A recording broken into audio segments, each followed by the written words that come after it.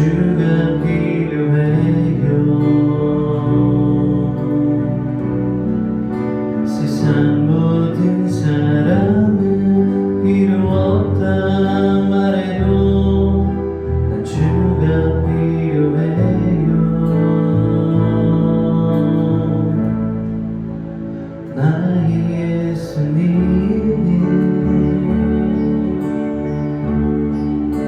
난 주가 필요해요.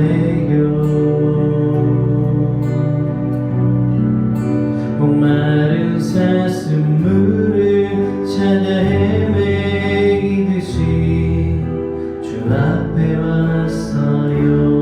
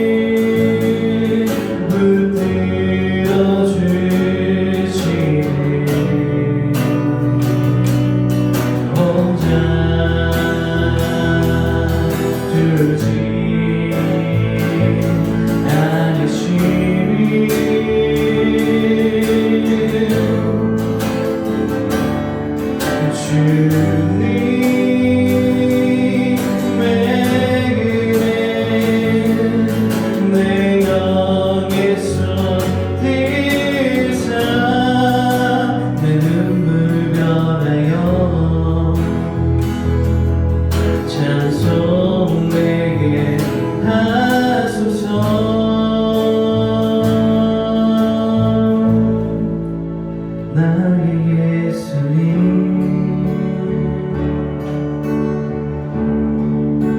난 주가 필요해요.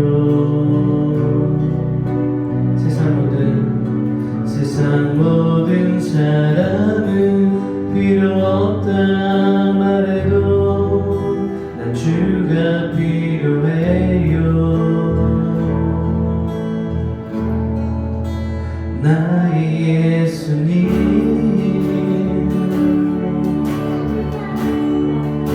난 주가 필요해요. 목마른 사슴물을 찾아 헤매이듯이 주 앞에 왔어요.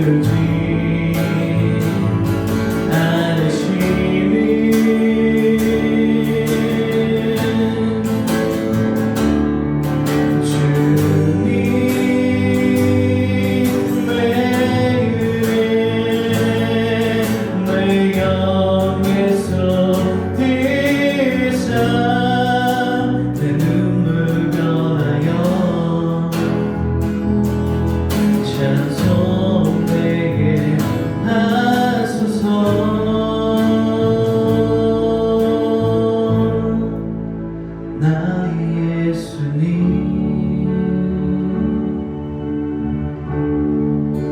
난 주가 필요해요. 목마른 사슴물을 찾아 헤매이듯이 주 앞에 왔어요. 오늘은 바람은 극복하는 것이다. 바람은 극복하는 것이다. 라는 제목으로 하나님의 말씀 증거하도록 하겠습니다. 요즘 사람들에게 핫 이슈 두 가지가 있습니다. 무엇일까요?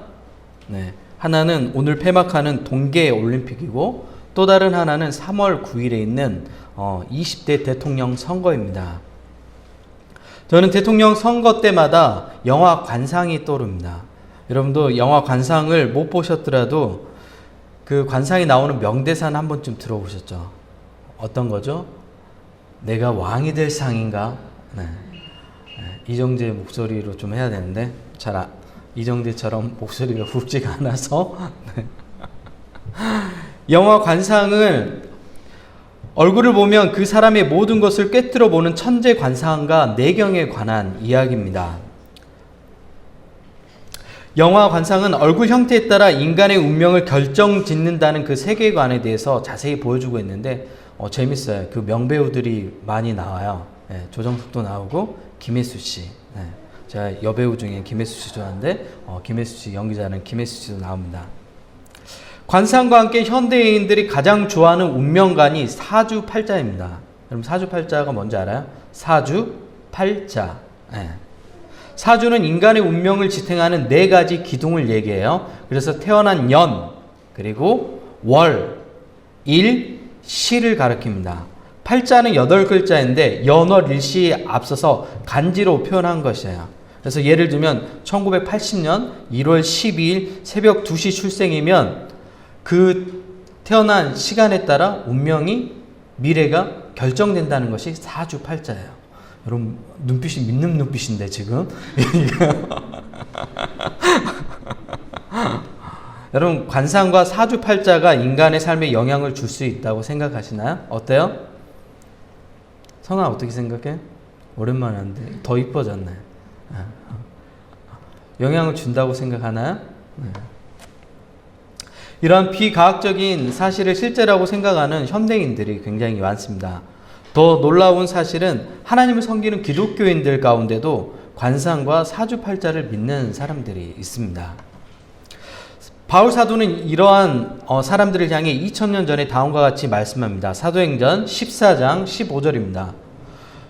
여러분에게 복음을 전하는 것은 이런 헛된 일을 버리고 천지와 바다와 그 가운데 만물을 지으신 살아계신 하나님께 돌아오게 함이라. 2000년 전에도 사주팔자, 관상, 그리고 별을 보고 점을 치는 점성술을 믿는 사람들이 있었어요. 그 사람들을 향해서 바울이라는 복음을 전했던 사람이 그 사람들에게 이렇게 선포하는 거예요. 당신들이 연구하고 있는 그 모든 것들이 하나님께서 만드신 것이 아니냐. 왜 근데 그 만드신 하나님을 보지 못하고 그 만들어진 물건에 대해서 관심을 그렇게 갖고 있느냐. 이렇게 이야기하고 있는 거예요. 성경은 사주팔자, 관상, 꿈, 해몽 이러한 세계관을 우상 숭배라고 이야기합니다. 왜냐하면 우리의 인생은 하나님 괴관에 있기 때문에 그렇습니다. 저도 초등학교, 저희는 국민학교라고 얘기했는데 국민학교시죠? 네. 국민학교면 연식이 나오는 거죠. 저희 국민학교라고 그랬었는데 이제 초등학교 전신이 국민학교예요. 그러니까 국민학교 졸업하셨어요? 물어보면 나이가 나오죠. 몇 년생인지. 제가 고등학교 다닐 때쯤에 초등학교로 바뀌었으니까 대략 나오겠죠? 계산해 보면. 근데 저 초등학교 다닐 때 저도 이런데 잡혀 있었어요. 뭐냐면 빨간 글씨로 자기 이름, 빨간색 펜으로 자기 이름을 쓰면 죽는다고. 웃기죠? 근데 전 그게 진짜인 줄 알고 엄청 벌벌 떨었어요. 그리고 빨간색 볼펜으로 내 이름 혹시나 내가 잘못해서 쓸까봐 두려워했어요. 초등학교 그 어린 나이에. 이런 것이 바로 운명관을 믿는 사람들에게 나타난 증세예요. 삼재다. 이런 것들은 두렵죠. 삼재라고 그러면 훅하고. 그 초등학교 때 그 빨간 펜으로 이름 쓴 게 무슨 상관이에요. 근데 실제로 죽는 줄 알았어 나. 그래가지고 빨간색으로 이름 절대 안, 빨간 펜 가까이 가지도 않았어. 무서워가지고. 너무 무서워서. 이런 운명관을 믿는 것이 우상 숭배라고 얘기하는 거예요. 여러분 웃기게 들릴지 모르지만 초등학교 그 나이 때 저는 그거를 진짜로 믿었어요. 우리 혜원 성도님도 믿었죠? 빨간색으로 이름 안 적었죠. 그래서 안 믿었대잖아요. 지혜롭잖아요. 저는 믿었거든요. 벌벌 떨면서 빨간색으로 내 이름 쓰면 안 돼. 친구들이 장난으로 내 이름 쓰고 그랬거든요. 막 화내고 막 싸우고 그랬어요. 막 필통 던져버리고 왜 내 이름 썼냐, 나 이제 죽을지 모른다고 막 그러면서.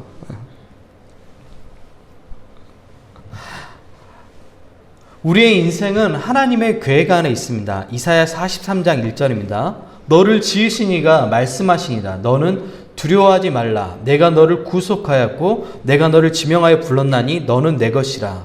여러분은 하나님의 보호 아래 있습니다. 여러분 모두는 하나님의 보호 아래 있습니다. 우리 서준이도 하나님의 보호 아래 있습니다. 서준이를 드럼을 빨리 가르쳐야 될 것 같아. 성진 삼촌 못 나오면 치게. 빨리 컸으면 좋겠어요. 네. 한 8살만 되면 가르치려고.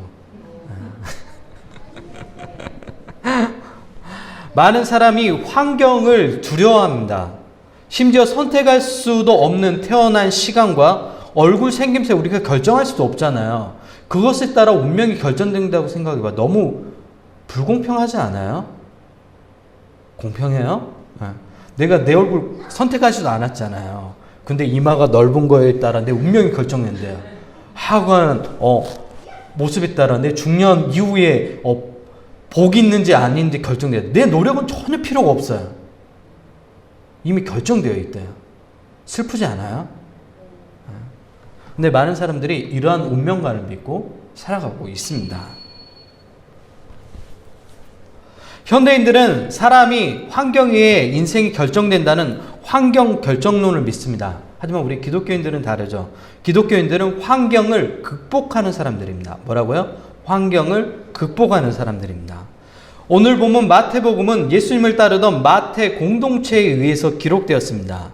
마태복음을 기록한 마태 공동체는 대부분 다 유대인이었어요. 그래서 마태복음의 처음에 시작은 뭐로 나오죠? 족보로 나와요.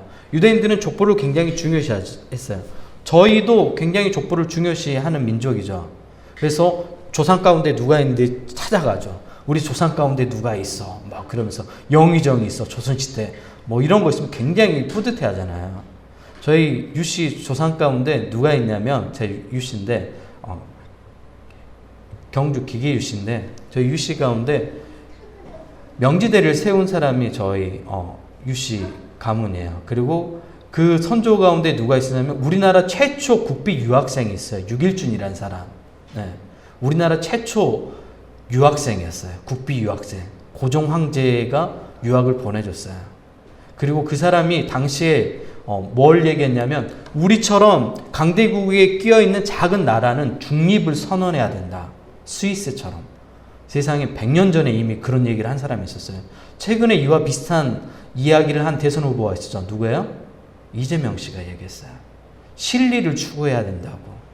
중국을 사대하거나 미국을 사대하거나 일본을 사대하는 것이 아니라 그때 상황에 맞게 실리를 추구하는 게 우리 같은 반도에 끼어져 있는 강대국에 둘러져 있는 나라가 취해야 될 전략이라고 이야기한 거예요. 근데 세상에 100년 전에 이야기한 사람이 있었어요. 누구라고요? 육일중이라는 사람. 수능 문제에 많이 나와요. 잘 기억해 두세요. 수능에 많이 나온 문제 중에 하나예요. 그 사람이 누구라고요? 우리 조상이래요. 근데 마태도 마찬가지로 예수님의 조상에 대해서 설명을 해요. 아브라함부터 시작해가지고 역대 조상들을 유명한 조상들을 쭉 설명하고 있어요. 그럼 마태복음 읽을 때 화났죠. 왜 이렇게 인물들이 많이 나와? 근데 그 인물들이 다 중요한 사람들인 거예요. 성경 안에서. 성경을 많이 보다 보면 그래서 마태 족보를 내세우고 있구나 이렇게 이해하면 돼요. 그래서 마태복음 1장 1절 다음과 같이 얘기하죠. 아브라함과 다윗의 자손 예수 그리스도의 계보라. 네. 그리고 오늘 본문 산상수훈은 예수님이 가르치신 말씀 중 손꼽을 만큼 매우 중요한 본문입니다. 산상수훈은 다음과 같이 시작합니다. 본문 2절입니다. 심령이 가난한 자는 복이 있나니 천국이 그들의 것이며.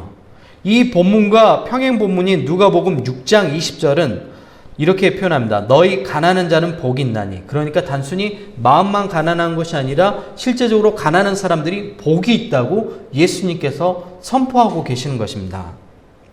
이 말씀은 당시에 굉장히 파격적인 말씀이었어요. 여러분 복이 있다고 잘 사는 사람이라고 표현할 때 여러분 어떤 사람을 잘 사는 사람이다 복 있다 이야기해요? 잘 사는 사람이 어떤 사람들이죠? 돈이 많은 사람이 잘 사는 사람이라고 얘기하잖아요. 네. 아니에요? 저만 그렇게 생각하나? 근데 2000년 당시 이때 당시에도 그랬어요. 근데 예수님이 그 생각을 바꿔버리세요. 뭐라고 얘기죠? 너희 마음이 심령이 가난한 사람이 복이 있다. 누가복음 뭐라고 얘기했다고요? 가난한 사람이 복이 있다고 이야기하고 있는 거예요. 가난한 사람이 복이 있다. 유대인들에게는 굉장히 파격적이었어요. 유대인들에게 복받은 사람의 표준은 뭐였냐면 부자였어요. 그리고 부자 그러면 이 꼴은 뭐예요? 구원을 받은 사람이라고 생각했어요. 왜? 하나님께 복받은 사람의 표준이 뭐였다고요? 부자였으니까. 근데 예수님께서 오늘 뭐라고요? 가난한 사람들에게 복 있다 얘기하면서 천국이 지금 너희들의 것이라고 얘기해요. 오늘 우리 성경에는 이게 시제가 정확하게 표현이 안 되어 있어서 좀 거칠게 번역됐지만 헬라어 원문에는 지금 천국이 너희들의 것이라고 설명하고 있는 거예요. 어떤 느낌인지 아시겠죠? 굉장히 파격적인 말씀을 하고 있는 겁니다. 이것이 끝이 아니에요. 애통한 자가 또 복 있다고 얘기해요. 우리한테 크게 와닿지 않죠? 그리고 그들이 위로받을 거라고 얘기를 해요. 온유한 자가 복 있대요. 그들이 땅을 기업으로 받을 것이라고 얘기해요. 예수님이 하신 모든 말씀은 환경에 지배받는 삶에서 환경을 극복하는 삶으로 우리의 생각과 시선을 어떻게 하냐면 옮겨주시는 거예요. 많은 사람이 오늘 본문을 보면서 산상수훈이라고 얘기하거든요. 오늘 본문을 실천하기 매우 어려운 말씀이라고 생각해요. 맞습니다. 어렵죠. 하지만 우리의 의지가 아니라 하나님의 은혜로 가능한 것입니다. 러시아의 피겨 스케이팅 선수 카밀라 발리예바가 16살인데 도핑 검사에서 양성 반응이 나와 많은 사람에게 비난을 받고 있습니다. 도핑은 운동 경기 향상을 위해서 심장 흥분제, 근육 증강제를 먹는 것을 말해요. 원래는 그 경주말들에게 놓는 거예요. 그래서 짧은 시간에 굉장히 큰 운동력을 주기 위해서 맞는 거예요. 그래서 모든 운동선수는 도핑 방지 교육을 받아요. 그러면 이 사람 마찬가지로 도핑 방지 교육을 받았겠죠. 카밀라 발리예바는 16살입니다. 16살이면 우리 나이로 중학교 3학년이에요. 어린 나이에 도핑이라는 반칙을 통해 메달을 가지려는 그녀의 생각은 어디로부터 왔을까요? 16살이나 어린, 순수하게 경쟁하고 열심히 노력하고 그럴 나이잖아요. 근데 반칙을 통해서 메달을 따려는 그런 마음을 이 16살짜리 아이에게 가르친 어른은 누구일까요? 만약 카밀라 발리예바가 환경에 굴복하지 않고 성실하게 환경을 극복하고 이겨냈다면 어떤 결과가 주어졌을까요? 지금 피겨스케이팅에서는 김연아 선수가 아직까지 최고의 선수로 자리 잡고 있잖아요. 은퇴 이후에도. 만약에 이 선수가 도핑을 하지 않았다면 그 명예를 가져갔을 거예요. 더 어린 나이에. 대단한 선수라고 칭호를 받았을 거예요. 카밀라 발리예바를 보면서 또 다른 피겨스케이팅 선수가 생각났습니다. 바로 쉬리아 보날리입니다. 쉬리아 보날리. 흑인 여성으로 피겨스케이팅에 도전한 최초의 선수입니다. 그녀는 매우 훌륭한 기술을 가지고 있었어요. 지금은 물론 피겨스케이팅에서 금지된 기술인데 뒤로 도는 기술이 있었어요. 이것을 백플립이라고 얘기하는데 이 선수가 실전에서 최초로 사용한 사람이에요. 지금은 이제 너무 위험한 동작이기 때문에 금지됐어요. 여러분 생각해보세요. 그 스케이트를 타고 뒤로 돈다고 생각해보세요. 굉장히 위험한 동작이죠. 근데 그 기술을 실전에서 쓸 수 있을 만큼 매우 기술력이 뛰어났던 그런 흑인 여자 선수였습니다. 보날리는 5번 유럽 챔피언에 올랐습니다. 하지만 세계 선수권 대회에서는 은메달을만 3번 땄습니다. 보날리는 흑인 여성이라는 편견 때문에 채점 과정에서 차별 대우를 받았습니다. 여러분 흑인 피겨스케이팅 선수 봤어요? 지금도 보기 힘들잖아요. 편견이 있었던 거예요. 그래서 가장 훌륭한 선수고 기술을 가졌는데도 불구하고 한 번도 금메달을 따지 못했습니다. 두 번째로 준우승한 1994년 지바 세계 선수권 대회 때는 시상대에 오르는 것을 거부했어요. 은메달을 땄는데도 불구하고. 왜냐하면 정당한 평가를 받지 못했다는 사실 때문에 너무 화가 났기 때문에 그렇습니다. 흑인 여성에 대한 차별하는 피겨스케이팅에서 그녀는 환경에 굴복하지 않고 차별의 환경을 극복하기 위해 늘 최선을 다했습니다. 여러분, 이 두 피겨 스케이팅 선수를 보면서 무엇이 느껴지나요? 도핑이라는 반칙을 통해 메달을 가지려는 카밀라 발리에바, 흑인 여성이라는 이유로 차별적인 점수를 받아야 했던 쉬리아 보날리. 발리에바는 환경에 굴복했지만 쉬리아 보날리는 환경을 극복했습니다. 오늘 본문은 세상이라는 환경에 매몰되지 말라고 우리를 격려하고 있습니다. 우리를 위로하고 있습니다. 예수님이 우리에게 복 있다고 선포합니다. 가난하다? 너희가 복 있는 사람이야 라고 얘기하는 거야. 너희가 가진 것이 없다? 너희가 복 있는 존재라고 선포하고 있는 것입니다. 바람을 이기라고 말씀하고 있습니다. 환경을 극복하라고 우리를 위로하고 있습니다. 여러분, 매미성 들어보셨나요? 매미성? 네. 경남 거제도에 가면 매미성이 있습니다. 왜 매미성일까요? 왜 매미성? 용기 씨, 왜 매미성일까요? 매미 모양을 닮아서 매미성이라고 지었을까요? 네. 정답은 전혀 다른 곳에 있습니다. 2003년 강력한 태풍 매미가 대한민국을 강타했습니다. 당시 전국적으로 132명의 인명피해와 4조 원이 넘는 재산피해가 발생할 정도로 굉장히 큰 태풍이었습니다.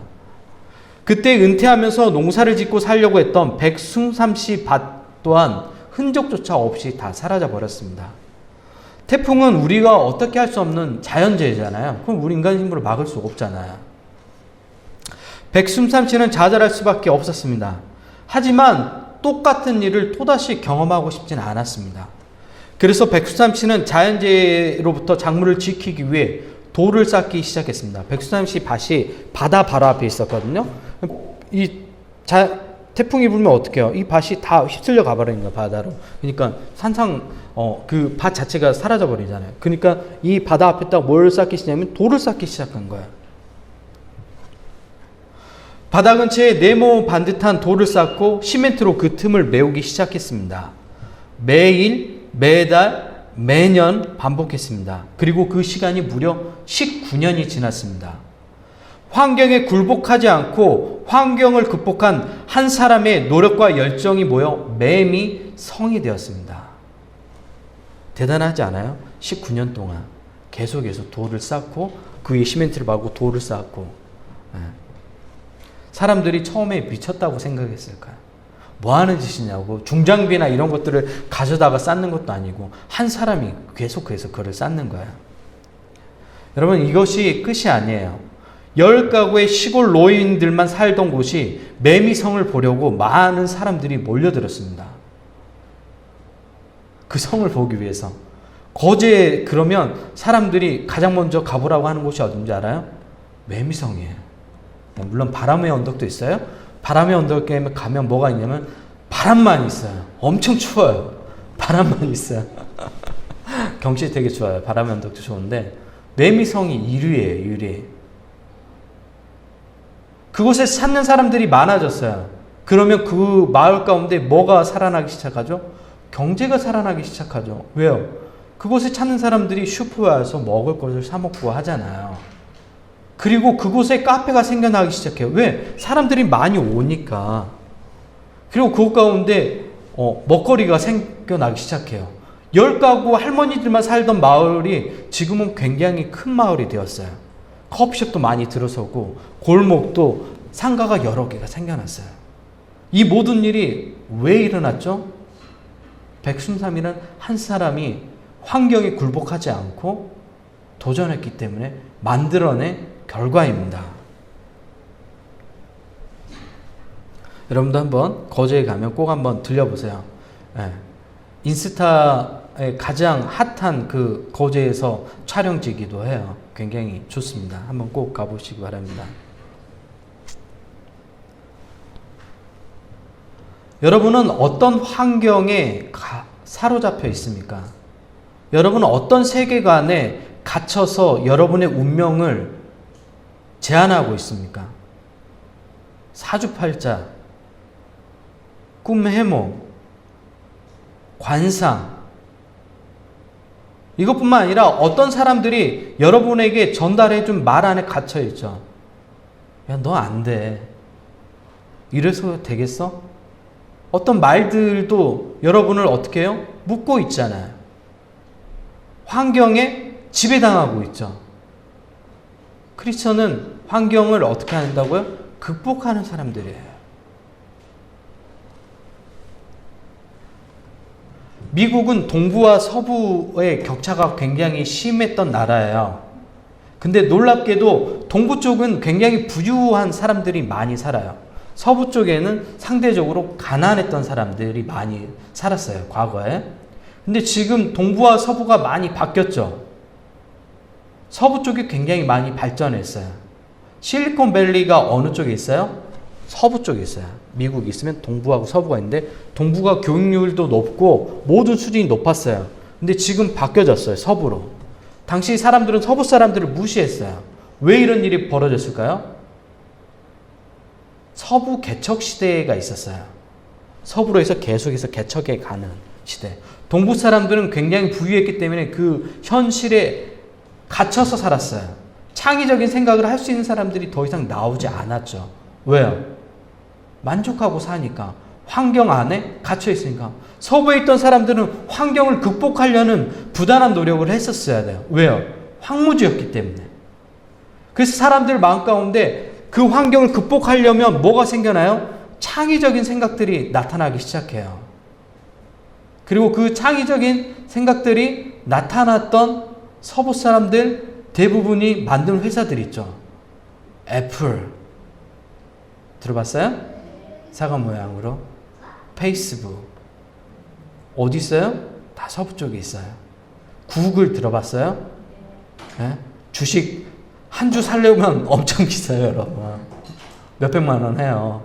보통 주식, 우리가 생각한 주식 막 5만 원, 10만 원 이러잖아요. 몇백만 원 해요. 그만큼. 그 모든 게 다 어디 있어요? 지금 서부 쪽에 있어요. 환경에 극복하려는 사람들이 모여서 창의적인 생각들을 가지게 된 것이죠. 환경이 우리를 결정하지 않도록 여러분의 인생을 어떻게 해요? 어떻게 해요? 끌고 나가셔야죠. 오늘 예수님은 우리에게 그렇게 말씀하시고 있는 거예요. 가난하다고 좌절하지 마라. 너 복 있는 존재야. 지금 울고 있다고 좌절하지 마. 너 위로 받을 거야. 너 지금 뭔가 이루지 못했다고 좌절하지 마. 라고 예수님께서 말씀하십니다. 환경에 좌절하지 마십시오, 여러분. 신앙인은 환경을 극복하시는 존재들입니다. 하나님이 우리의 인생을 붙들고 있어요. 여러분, 그 어떤 세계관도 빨간 펜으로 이름 쓴다고 죽지 않아요. 두려워하지 말아요. 벌벌 떨지 말아요. 하나님이 우리를 붙들고 있는데 저 그때 이후로 자유로워졌잖아요. 예수님 만나고 이후 나서 저 지금 빨간 펜으로 이름 자유롭게 써요. 유, 병, 철. 두렵지 않아요, 이제. 화장실 갈 때 무섭지 않아요. 당당해졌어요. 이사 날짜? 손 없는 날, 뭐 그런 거 상관도 없어요. 저는 매일매일 이사 갈 수 있어요. 왜요? 하나님 나의 인생을 붙들고 있기 때문에 더 이상 그런 말들이 내 인생을 묶을 수 없는 거예요. 왜? 하나님이 이 우주 만물을 만드신 분이잖아요. 그 하나님이 여러분의 인생을 붙들고 있는 분이에요. 두려워하지 마세요, 여러분. 뭘 두려워하고 있어요? 여러분 운명이 결정되어 있어요? 뭐가 결정되어 있어요? 절대로 여러분 인생은 결정되어 있지 않아요. 하나님 안에서 여러분은 끊임없이 성장하고 나아가고 환경을 바꾸어 나아가는 그런 존재들입니다, 여러분. 좌절하지 마시고 미래를 향해 나아가십시오. 아멘 해도 돼요. 하나님이 세상 만물을 창조하신 분입니다. 그 하나님은 여러분의 하나님입니다. 쫄지 말고 당당하게 세상에 나아가십시오. 하나님의 은혜와 평강이 여러분 삶 가운데 늘 함께 하실 것입니다. 우리 시간 다 같이 기도할까요?